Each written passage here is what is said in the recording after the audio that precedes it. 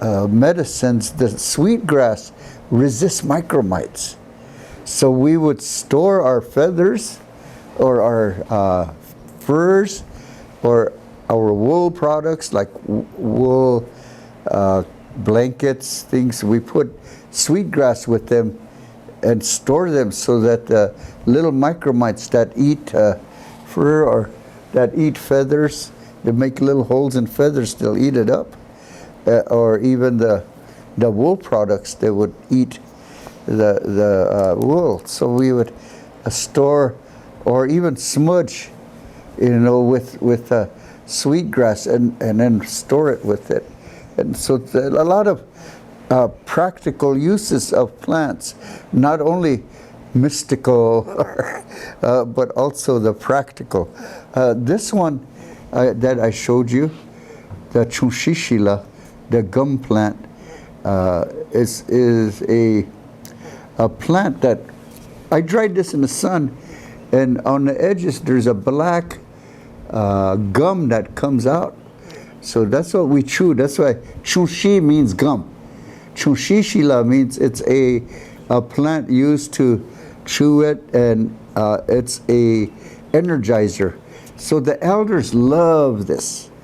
You can take some and boil it and drink it, and it helps the elders to be spry. My grandpa and grandpa, they always use this to chew or to boil and drink, and they were so energetic. They get up like at daybreak and stay awake all day until in the evening. And then from when we blow the lamp out, it was storytelling time.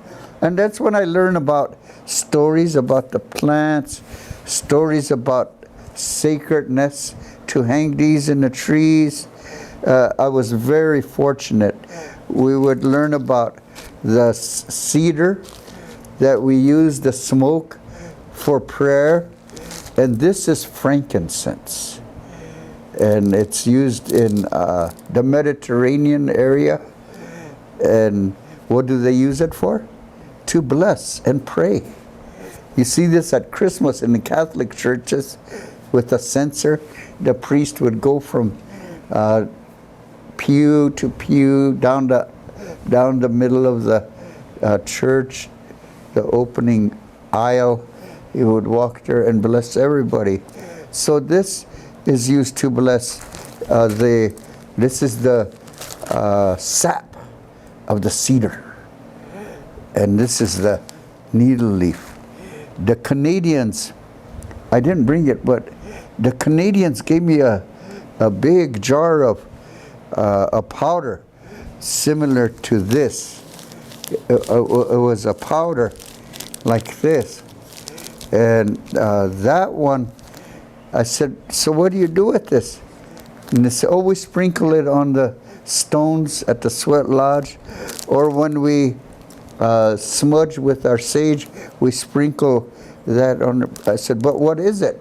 And they said, it's the bark of the juniper. And they grind it with the little round berries, the gray berries that grow. They grind it, and oh, it smells so traditional. But they sprinkle that on the stones too. So what did I just say? Some of the natives use the leaves, some use the sap, and some use the bark of the cedar tree. Now, if you find a very, very old cedar tree, up in the mountains, and it's all gnarly and old, a tree standing there all gnarly and old, and it's a cedar, and it's been standing there for maybe thousands of years.